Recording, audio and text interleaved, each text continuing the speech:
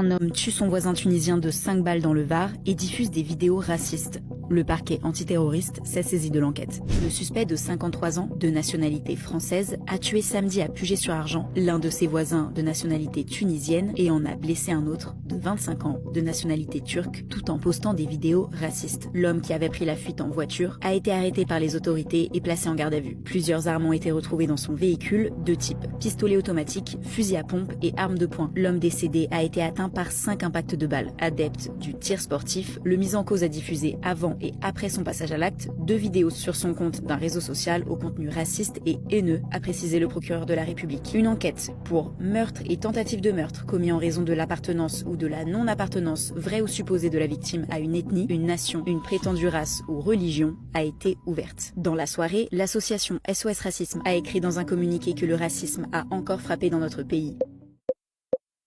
Ah, et bizarrement, il n'y a pas eu de récupération de l'extrême droite aujourd'hui. Bah oui, parce que j'ai appris cette info en me baladant sur les chaînes d'information aujourd'hui, pas les mainstream, mais sur des chaînes d'information un petit peu plus souterraines qu'on trouve souvent sur les réseaux sociaux, parce que je l'ai pas vu sur les médias mainstream, tout simplement parce qu'apparemment, quand un Tunisien est tué par un blanc, ça intéresse pas grand monde. Par contre, si ça avait été un blanc qui avait été tué par un Tunisien, ça ferait la une de l'intégralité de nos médias.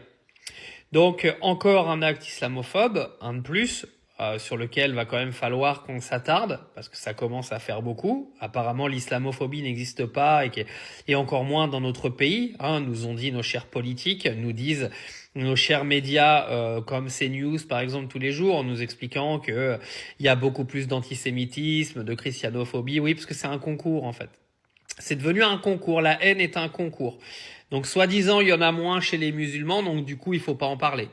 Il faut juste parler des actes antisémites et parler des actes antichrétiens parce que ceux-là sont beaucoup plus courants et donc plus importants. Non, il faut parler de tous les actes qui sont aujourd'hui de plus en plus présents dans nos sociétés. Les actes islamophobes sont de plus en plus présents dans nos sociétés. Si c'est pas des femmes qui se font arracher leur voile et qui se font cracher dessus, ce sont des mosquées qui se font brûler ou vandaliser. On l'a encore vu la semaine dernière.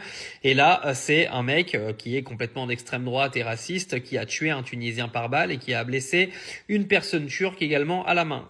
Quand est-ce que ça va s'arrêter? Jamais, parce qu'on continue. On laisse pourrir la haine dans ce pays, on laisse faire la division. Va falloir également qu'on parle de ce qui s'est passé après le sacre du Paris Saint-Germain en Ligue des Champions, parce que j'ai entendu qu'il y avait que des Arabes et des Noirs qui avaient été présents pour tout casser, alors que le premier qui vient de se faire condamner s'appelle Aurélien. Non, mais il va falloir le dire tout ça. Le premier condamné de ce qui vient de se passer à Paris s'appelle Aurélien.